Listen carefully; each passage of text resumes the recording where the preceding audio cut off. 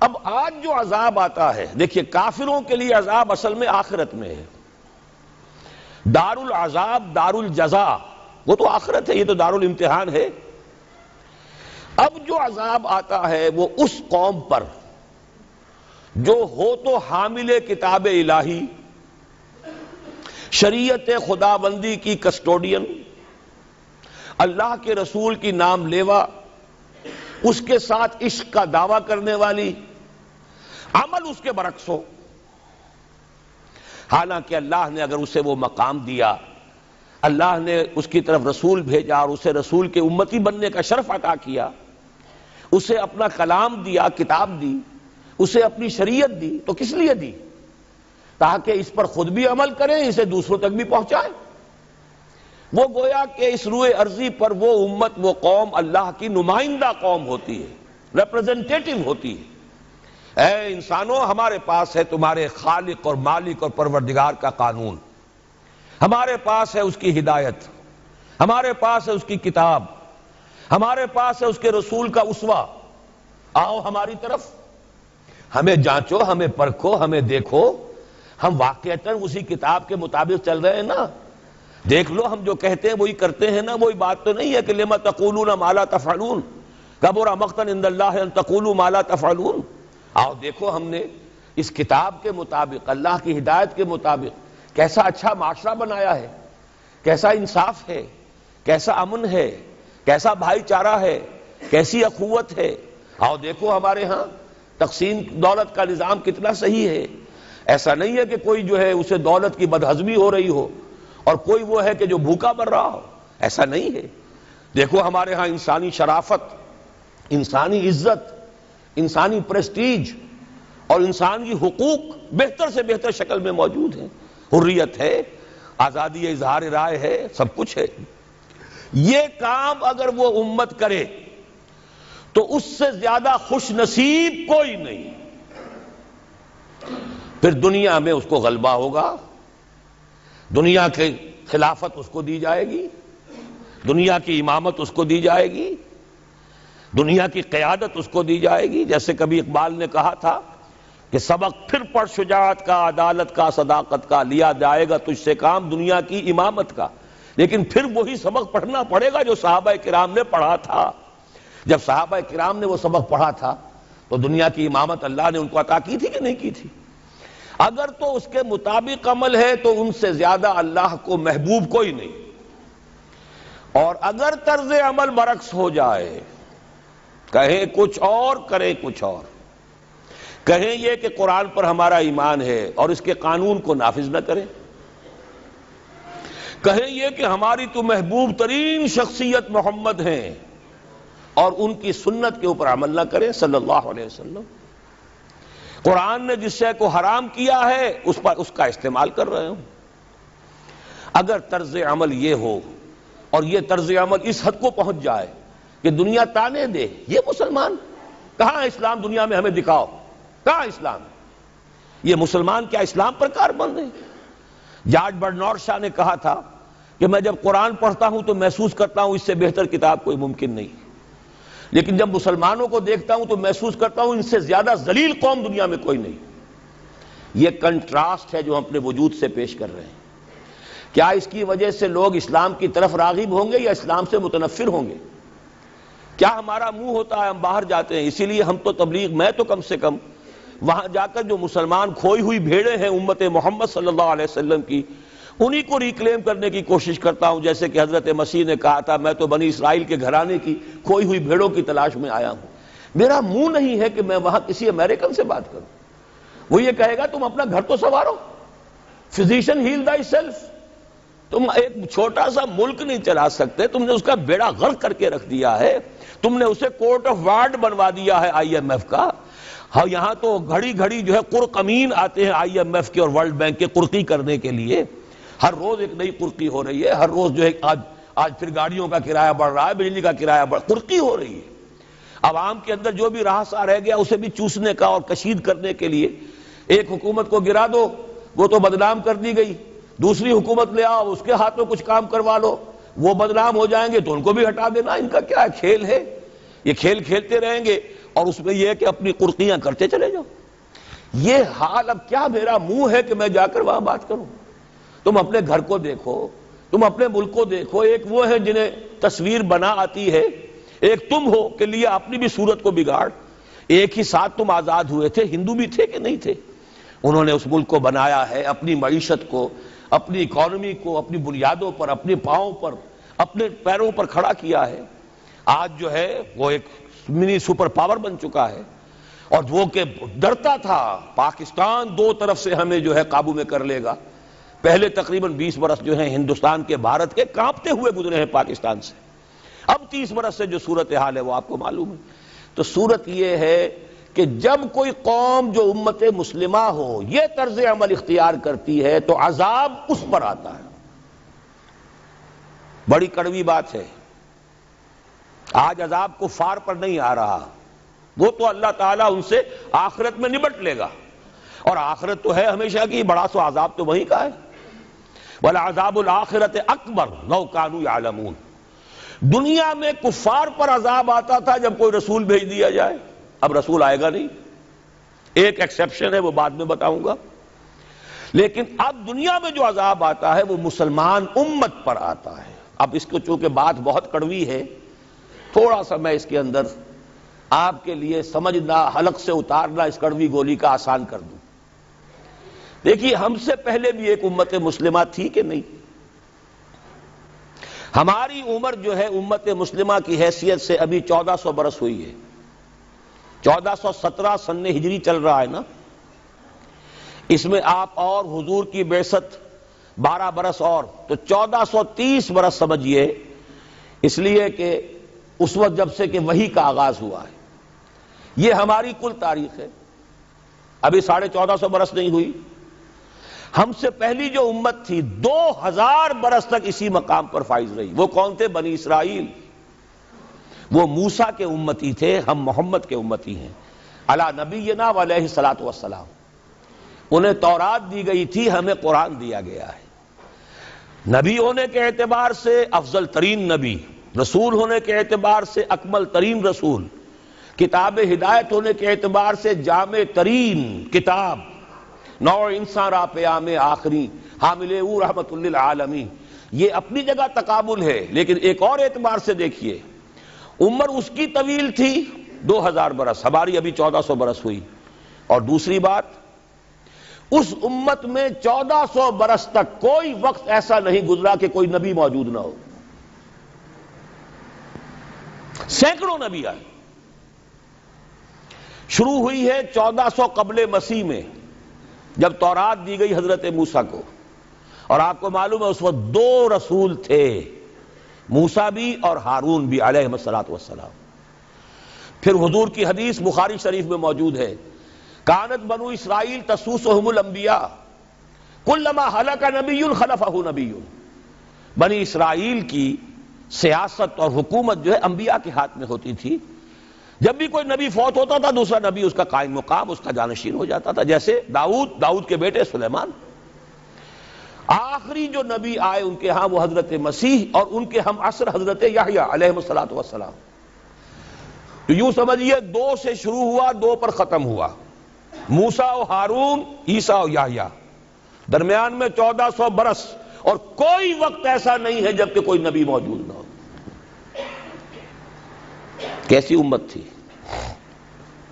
اسی لیے میں نے آپ کو بتایا قرآن مجید میں سورہ بقرہ میں 2 جگہ فرمایا ہے، یا بنی اسرائیل اذکروا نعمتی التی انعمت علیکم وانی فضلتکم علی العالمین.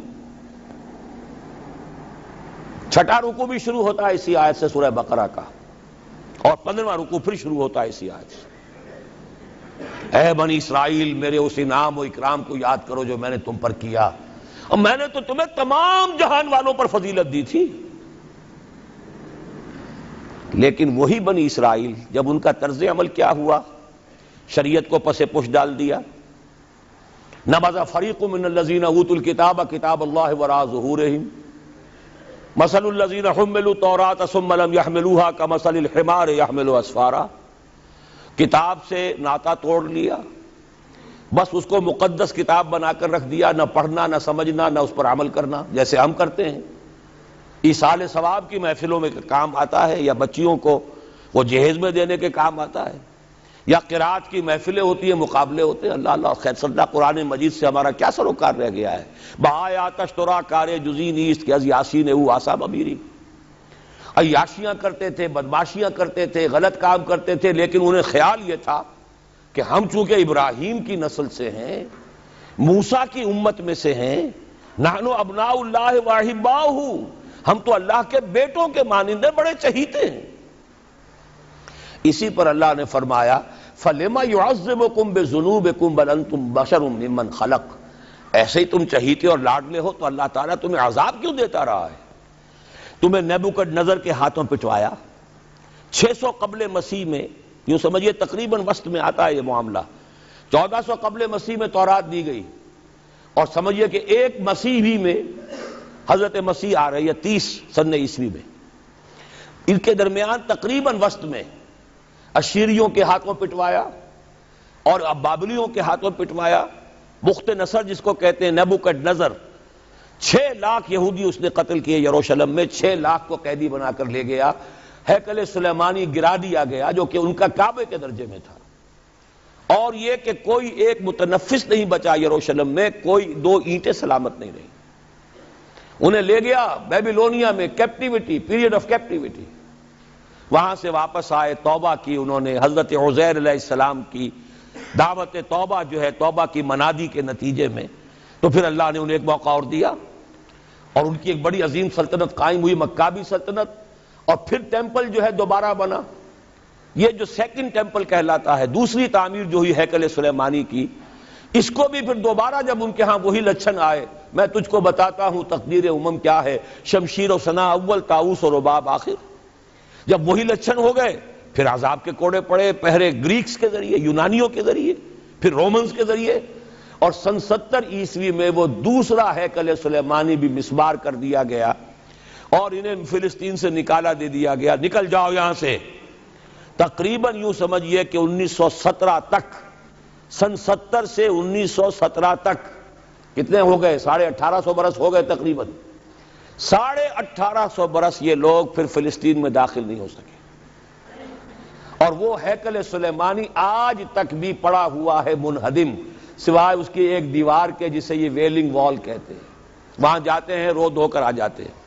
اب تو خیر ان کا قبضہ ہے، جانا آنے کا سوال نہیں رہا، ورنہ 1967 سے پہلے بھی اجازت لے کر جاتے تھے، ماتم کر کے آ جاتے تھے، اس لیے کہ یروشلم جو ہے اس پر قبضہ تو ان کا ہو گیا تھا، لیکن مشرقی علاقہ ہے وہ، اور اس پر ابھی عربوں کا زیادہ تسلط تھا، اب وہ ختم ہو رہا ہے۔ معلوم ہوا کہ وہی قوم جو ہے، جو چہیتی بھی تھی، لاڈلی بھی تھی، خیر الامم تھی، انی فضلتکم علی العالمین کا مصداق تھی، جس پر انعامات تھے، اکرام تھا، جنہیں حضرت داؤد اور سلیمان کی سی حکومتیں دی گئیں، ان سب کا معاملہ کیا ہوا؟ غلط عمل کی وجہ سے، برعکس رویے کی وجہ سے، قرآن مجید ہی میں 2 جگہ ہے تھوڑے سے لفظی فرق کے ساتھ، ضربت علیہم الذلۃ والمسکنۃ وباؤوا بغضب من اللہ، ان پر ذلت تھوپ دی گئی، ذلیل کر دیے گئے 1850 برس تک، پہلے 150 برس تک کیپٹیوٹی میں رہے تھے، اب 1850 برس تک جسے یہ ڈائسپورا کہتے ہیں اس میں رہے، روتے تھے، یاد کرتے تھے اپنی فلسطین کی سرزمین کو کہ ہم وہاں سے نکالے گئے ہیں۔ وہ بھی حضرت عمر نے اجازت دی تھی جا کر، جبکہ یروشلم جو ہے ہینڈ اوور کیا ہے وہاں کے عیسائیوں نے، حضرت عمر کے حوالے کیا ہے رضی اللہ تعالی عنہ، تو حضرت عمر نے انہیں آ کر زیارت کرنے کی اجازت دی ہے، ورنہ زیارت کی اجازت بھی نہیں تھی، عیسائیوں نے روکا ہوا تھا، نو جیو کوڈ انٹر جیروشلم۔ اور وہ جو معاہدہ کیا تھا عیسائیوں نے حضرت عمر سے، یہ ان کی طرف سے شرط تھی کہ آپ یہاں یہودیوں کو آباد ہونے کی اجازت نہیں دیں گے، لیکن کم اینڈ وزٹ، آئیں زیارت کریں اور جائیں، لیکن یہاں آباد نہیں ہوں گے۔ یہ قوم جو اونچی تھی، بڑی تھی، فضلتکم علی العالمین تھی، لیکن وہی قوم ضربت علیہم الذلۃ والمسکنۃ وباؤوا بغضب من اللہ، اللہ کے غضب کو لے کر لوٹی۔ یہ ہے اصل میں وہی معاملہ جو آج ہمارے ساتھ ہے۔ اللہ کا قانون تو غیر جانبدار ہے، وَلَن تَجِدَ لِسُنَّتِ اللَّهِ تَحْوِيلًا وَلَن تَجِدَ لِسُنَّتِ اللَّهِ تَبْدِيلًا۔ اللہ کا قانون قوموں اور امتوں کے لیے بدلتا نہیں۔ وہی صورت ہے، ہمیں بھی کہا گیا کنتم خیر امت اخرجت للناس، تم بہترین امت ہو جسے دنیا والوں کے لیے نکالا گیا ہے۔ تمہارا کام کیا ہے؟ ہم تو جیتے ہیں کہ دنیا میں تیرا نام رہے، کہیں ممکن ہے کہ ساقی نہ رہے جام رہے۔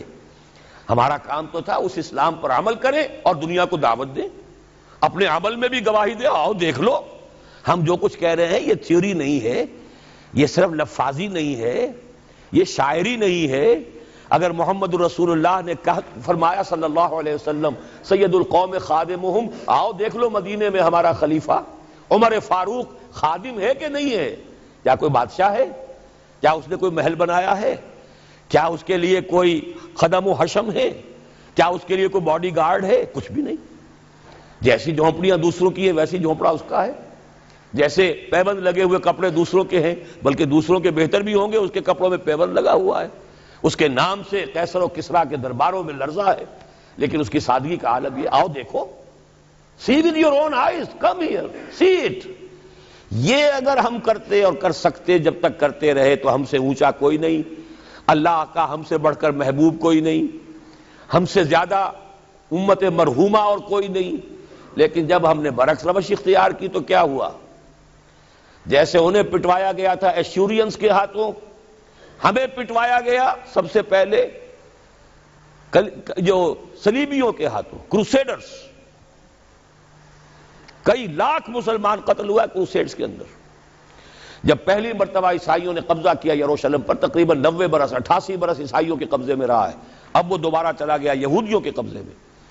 اس وقت جو ہے اتنا قتل عام ہوا تھا عربوں کا اور مسلمانوں کا یروشلم میں کہ جب فاتحین کے گھوڑے داخل ہوئے ہیں شہر کے اندر تو گلیوں کے اندر ان کے گھٹنوں تک خون کی نہر بہہ رہی تھی۔ اس کے بعد آیا فتنہ تاتار، کروڑوں مسلمان قتل ہوئے، یہ لاکھوں کی بات نہیں ہے، کروڑوں مسلمان۔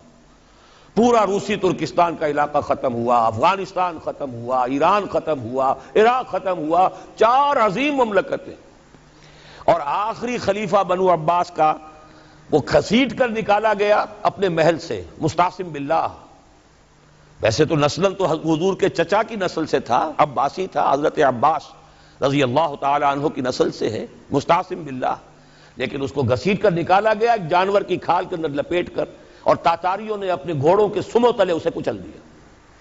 وہ دن اور آج کا دن پھر امت مسلمہ کی قیادت عربوں سے چھین لی گئی۔ اس کے بعد اللہ نے پھر کرم فرمایا، پھر کچھ اولیاء اللہ کے ذریعے سے، کچھ صوفیاء کے ذریعے سے اتنا بڑا معجزہ ہو گیا، جیسا کہ حضرت عزیر علیہ السلام کے ذریعے سے ہوا تھا کہ یہود میں دوبارہ انابت اللہ، توبہ کا جذبہ پیدا ہو گیا۔ ایسے ہی کچھ صوفیاء کرام کے ذریعے سے، نیک لوگوں کے ذریعے سے، اللہ والوں کے ذریعے سے، وہی تاتاری جنہوں نے کروڑوں مسلمانوں کو قتل کیا تھا خود مسلمان ہو گئے۔ ہے آیا فتنہ تاتار کے افسانے سے، پاسباں مل گئے کعبے کو صنم خانے سے۔ پھر غلبہ ہوا، پھر ترکوں کی عظیم حکومتیں قائم ہوئی، ترکان تیموری، Terken Usmani, Terken Seljuqi, Terken صفوی۔ عرب تو معزول ہو گئے تھے لیکن ترکوں کی زیر قیادت پھر گریٹ آٹومان امپائر بھی قائم ہوئی۔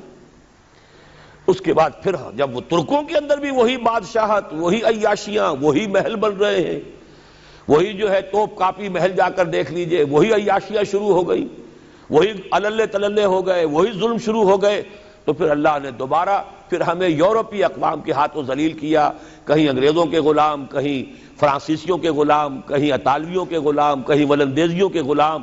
پورا عالم اسلام اس صدی کے آغاز میں پہلی جنگ عظیم کے بعد پورا عالم اسلام غلامی میں تھا، سوائے نجد کا ایک علاقہ تھا کہ نجد میں ابھی تیل برآمد نہیں ہوا تھا، ورنہ سب سے پہلے پنجے وہاں گڑتے، وہاں ریت میں جا کے لینا کیا تھا۔ باقی تو یہ ہندوستان غلام ہے، انڈونیشیا غلام ہے، سب کے سب یہ جاوا، سماٹرا، چلتے جائیے سب غلام ہیں۔ اس کے بعد ایران چاہے براہ راست غلامی نہیں تھی لیکن انگریزوں کے انتداب میں تھا، کنٹرول انہی کا تھا۔ عراق پر انگریزوں کا کنٹرول تھا۔ اسی طریقے سے یہ ساری جو عرب مملکتیں ہیں یہ انگریزوں کے زیر اثر تھی، اور یا یہ کہ فرانسیسیوں کے زیر اثر تھی۔ شمالی افریقہ یا فرانسیسیوں کا تھا یا اسپین کا تھا، اور یا یہ کیا تالویوں کا تھا لیبیا؟ یہ حال ہمارا ہوا۔ یہ ہے اصل سبب اور یہ ہے معاملہ جس میں اب میں آخری بات اس موضوع پر کہہ دینا چاہتا ہوں۔ یہ پروسیس بہت جلد ایک بہت بڑی کلائمیکس کو اور بہت بڑی انتہا کو پہنچنے والا ہے۔ وہ انتہا کیا ہے؟ دیکھیے، میں نے جو کہا تھا کہ ایک استثناء ہے، ایک قوم ایک امت ایسی ہے کہ جس نے اپنے رسول کو رد کیا اور اسے ہلاک نہیں کیا گیا۔ حضرت نوح کی قوم غرق، حضرت ہود کی قوم ختم، حضرت صالح کی قوم ختم، حضرت شعیب کی قوم ختم، آل فرعون ختم۔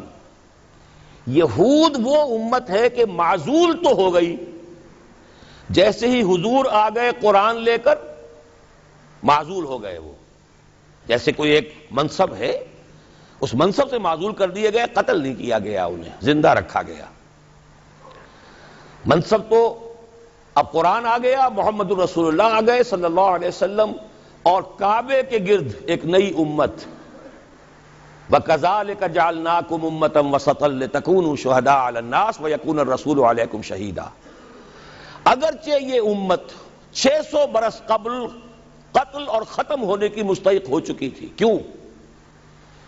600 برس قبل آئے تھے حضرت مسیح علیہ السلام، اور قرآن میں بھی ہے اور موجودہ بائبل میں بھی ہے کہ حضرت مسیح کو اسرائیل ہی کی طرف بھیجا گیا۔ صرف سورہ آل عمران میں ہے رسولاً الی بنی اسرائیل۔ یہ تو صرف محمد الرسول اللہ صلی اللہ علیہ وسلم ہے جنہیں پورے عالم انسانیت کی طرف بھیجا گیا، کوئی اور رسول تمام انسانوں کے لیے مبعوث نہیں ہوا۔ اور ابھی بائبل میں موجود ہے کہ میں صرف اسرائیل کے گھرانے کی کھوئی ہوئی بھیڑوں کی تلاش میں آیا ہوں۔ اسی لیے میں نے کہا تھا میں بھی امریکہ وغیرہ جاتا ہوں تو یہ اپنے پاکستانی ہندوستانی بھائی جو ہیں، یہ کھوئی ہوئی بھیڑیں وہاں جا کر جو ہیں وہ گم ہو گئی ہیں، ان گمشدہ بھیڑوں کی تلاش میں۔ تو اس کو اچھی طرح سمجھ لیجئے، حضرت مسیح کی بعثت تھی بنی اسرائیل کی طرف، اور بنی اسرائیل نے نہ صرف یہ کہ ان کو مانا نہیں، بلکہ الٹا اپنے بس پڑتے سولی پر چڑھا دیا۔ اپنے بس پڑتے، اس میرے الفاظ کو نوٹ کر لیجئے، گویا کہ یہ اب اس عذاب استیصال، آخری ہلاکت والے عذاب کے مستحق ہو گئے۔ لیکن یہ پوری انبیاء اور رسل کی تاریخ میں ایک استثناء ہے کہ اس میں جیسے آج کل ہم کہتے ہیں ججمنٹ ریزروڈ، حضرت مسیح کو اللہ نے زندہ اٹھا لیا، یہود کے اوپر لعنت تو کر دی، ختم نہیں کیا۔ سمجھ رہے ہیں میری بات کو؟ سن 70 سے ان پر عذاب آیا، حضرت مسیح سن 33 عیسوی میں اٹھائے گئے۔ سن 70 میں عذاب آ گیا ٹائٹس رومی کے ہاتھوں، وہ ہیکل سلیمانی بھی پھر دوبارہ گر گیا اور انہیں نکال دیا گیا ڈائسپورا سن 70 سے، لیکن ختم نہیں کیا گیا۔ یہ استثناء ہوا ہے۔ کیوں ہوا ہے؟ یہ بات پھر دوسری میری آج کی گفتگو میں بڑی کڑوی بات ہے، بہت کڑوی بات ہے۔ یہ جو دوسری امت جو جس سے کہ میں اور آپ ہیں، اور جو بہترین امت ہے، کنتم خیر امت، یہ جب طرز عمل وہی اختیار کرے گی جو یہودیوں نے کیا تھا، ان کو سزا ان ملعونوں کے ہاتھوں دلوائی جائے گی۔ بات سمجھ لیجئے میری۔ آپ کو معلوم ہے پھانسی کا پھندا کون ڈالتا ہے؟ چوڑا۔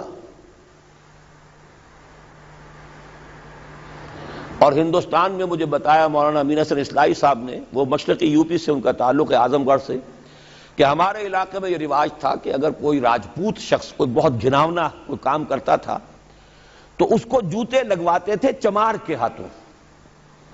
راجپوت کے سر پر راجپوت کا جوتا پڑا تو چلیے جوتا تو ہے، لیکن ہے تو راجپوت کا۔ لیکن جب راجپوت کے سر پر چمار کا جوتا پڑتا تھا، جسے انگریزی میں ہم کہتے ہیں to add insult to injury, ایک تو تکلیف ہو رہی ہے جوتے کی اور ایک انسلٹ ہو رہی ہے کہ چمار کا جوتا ہے، تو یہ گویا کہ بدترین سزا ہو گئی۔ یہ امت جتنی اونچی ہے، جس کے رتبے ہے سوا، اس کی سوا مشکل ہے، جس کا مقام بلند ہے اسی اعتبار سے ان کو پھر سزا بھی سخت ملتی ہے۔ صاف فرما دیا اللہ تعالیٰ نے سورہ احزاب میں، اے نبی کی بیویوں، تم عام لوگوں کی طرح نہیں ہو، لستم احد من النساء لستن کاحد من النساء، اگر تم نے کوئی غلط حرکت کی دوہرا عذاب ملے گا۔ اور بات صحیح ہے، جن کے رتبے ہیں سوا، ان کی سوا مشکل ہے۔ اس امت کو عذاب کے کوڑے مارنے والی قوم وہ ملعون اور مغضوب علیہم قوم ہے، جس کے لیے قرآن مجید 2 دفعہ کہتا ہے ضربت علیہم الذلۃ والمسکنۃ وباؤوا بغضب من اللہ۔ اور یہ کوڑے بہت زبردست شکل میں ابھی آنے والے ہیں۔ میری بات اب آپ نے سمجھ لی؟ کیوں رکھا گیا یہود کو؟ یہ جلاد کیوں سنبھال کے رکھے گئے؟ انہیں بھی سزا دی گئی، اس صدی میں بھی ہٹلر کے ہاتھوں میں بھی 6 ملین 60 لاکھ اس نے ختم کیے، ان پر تو سزا کا سلسلہ چلتا رہا، ایکسٹرمینیٹ نہیں کیا، ختم نہیں کیا، باقی رکھا ہے، اس لیے کہ ان کو کوڑا بنا کر امت مسلمہ کی پیٹھ پر مارنا ہے کہ تمہارا رتبہ، تم محمد کے امتی صلی اللہ علیہ وسلم، ہمارے آخری رسول، ہمارے اکمل رسول، ہمارے خاتم النبیین، خیر البشر، اور ان کی امت ہو کر تمہارا حال یہ ہے، تو تم سزا کے مستحق جو ہو، وہ سزا ہے کہ جو اچھی طرح سمجھ لیجئے ہماری حال جو اس صدی کے آخر میں شروع میں ہوا تھا کہ تمام مسلمان غلام، اس غلامی کے اوپر جو مزید کوڑا تیار ہوا 1917 میں بالفور ڈیکلریشن کے ذریعے سے برطانیہ نے اجازت دے دی کہ یہودی آ سکتے ہیں، اب فلسطین میں آ کر آباد ہو سکتے ہیں، وہ مکان خرید سکتے ہیں، جائیداد خرید سکتے ہیں، زمینیں خرید سکتے ہیں۔ 1971 اس پر اندیشہ تھا کہ کہیں اگر خلیفہ عثمانی نے جہاد کا اعلان کر دیا، اس لیے کہ سلطان عبد الحمید کو بڑی سے بڑی رشوتیں پیش کر کے دیکھ لیا تھا انہوں نے، کہ یہ جو ہمارے اوپر پابندی ہے کہ ہم فلسطین میں آباد نہیں ہو سکتے، جو کہو ہم تمہیں دولت دینے کو تیار ہے، یہ پابندی ختم کر دو۔ سلطان عبد الحمید ویسے جو بھی کچھ تھے چھوڑ دیجئے، لیکن یہ کہ اس نے کہا کہ جو معاہدہ عمر نے کیا تھا رضی اللہ تعالی عنہ، میں پیچھے نہیں جاؤں گا، لہذا خلافت ختم کروا دی، اور کروائی کس کے ہاتھوں؟ ایک مسلمان کے ہاتھوں، اس لیے کہ فری میسن تھا مصطفیٰ کمال پاشا، فری میسن، یہ سب یہودیوں کے ادارے۔ چاک کر دی ترک نادا نے خلافت کی قبا، سادگی اپنوں کی دیکھ، اوروں کی عیاری بھی دیکھ۔ ہندوستان میں ہنگامہ چل رہا ہے، تحریک چل رہی ہے، مسلمان ہجرت کر رہے ہیں، اور سب کچھ ہو رہا ہے، اور ہندو بھی شامل ہو رہے ہیں خلافت کی تحریک میں، لیکن اب مدعی سست گواہ چست، جب مصطفیٰ کمال نے خود ختم کر دی تو سب پانی پڑ گیا آگ کے اوپر، اب کیا بولیں، کس کو برا کہیں؟ اس کے بعد 1948 میں ان کی ریاست قائم ہو گئی اسرائیل۔ کتنے برس بعد؟ ریاست تو خیر اس وقت بھی ان کی نہیں تھی جبکہ ٹائٹس نے ختم کیا ہے، وہ تو بہت پہلے کی بات تھی، تقریباً 2000 سال بعد اسرائیل 1967 میں جنگ کروائی، اور یہ بالکل صدام کی طرح کا مسئلہ تھا۔ 1967 کی جنگ میں ایک سازش تھی، انہوں نے بطور مہرہ استعمال کیا جمال عبد الناصر کو، جس نے اچانک جو ہے ایلات کی بندرگاہ کو بلاک کر دیا۔ 1967 اس پر جھپٹا مارا ہے اسرائیل نے، ادھر سے سینائی لے لیا، ادھر سے گولان ہائٹس لے لیے، ادھر سے جو ہے West Bank of Jerusalem, West Bank of Jordan لے لیا۔ یہ 67 کی بات ہے۔ پھر عالم عرب میں ایک ملک ذرا نکلنے لگا تھا کہ شاید ایک کے پاس پیسہ بہت تھا، لیبیا کے پاس، وہ مدد کر سکتا تھا کسی مسلمان ملک کی کہ وہ ایٹم بم بنا لے۔ 2 ملک ایسے تھے، ایک غیر عرب، ایک عرب۔ عراقیوں کے پاس کچھ صلاحیت معلوم ہو رہی تھی کہ کچھ دانت شاید نکل آئیں، جیسے دودھ کے دانت ہوتے ہیں تو شاید ایٹمی دانت نکل آئیں، وہ بھرکس ان کا نکالا ہے۔ ایک دفعہ جا کر آپ کو یاد ہوگا ہوائی جہاز گئے اور سب کا تہس نہس کر کے آ گئے، اور وہ سخت جان قوم نکلی، انہوں نے پھر کچھ بنا لیا، تو پھر وہی 100 دام جال، پھر وہ 100 دام جو ہے جال کی شکل بچھا کر، اور جو پھنسایا ہے تو اگلا پچھلا کھایا پیا سارا اگلوا لیا۔ نتیجہ کیا نکلا؟ جنگ خلیج کے بعد اب عالم عرب پورا کا پورا اسرائیل کے سامنے سرنگوں ہے. وہ شاہ حسن ہو یا شاہ حسین ہو، کچھ تو پہلے ہی اپنے تھے، چاہے شاہ فہد ہوں اور چاہے حسنی مبارک ہوں. اب رہ کون گیا؟ اس سے بڑی ذلت کوئی ہے؟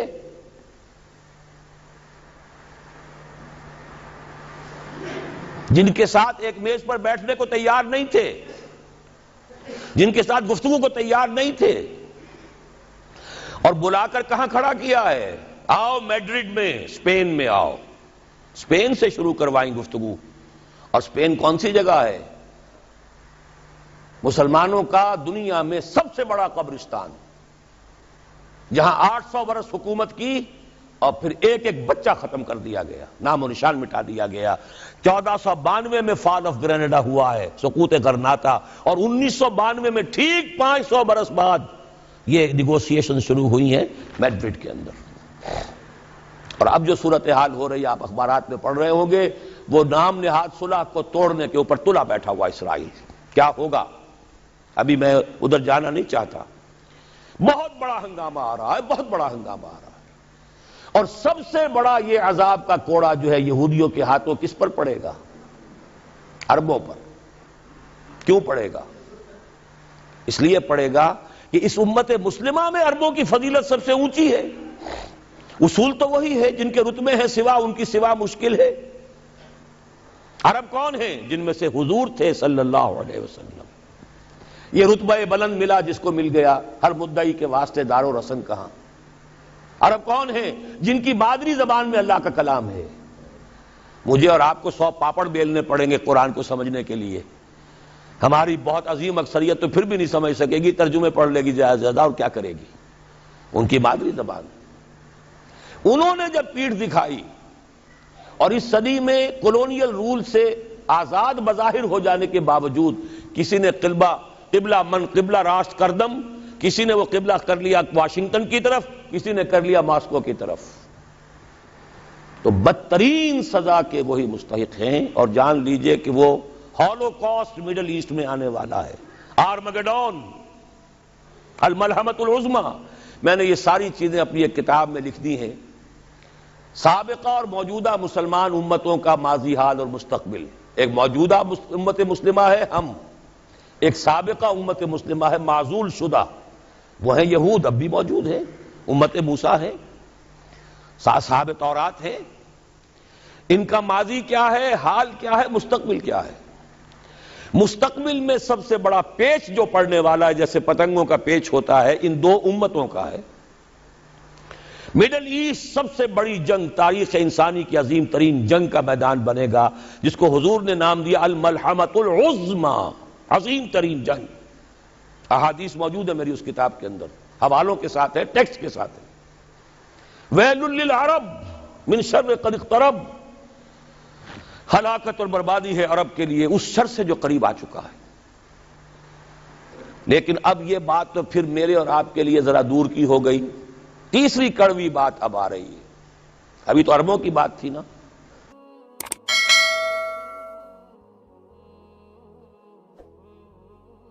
نام لیوا، اس کے ساتھ عشق کا دعویٰ کرنے والی، عمل اس کے برعکس ہو.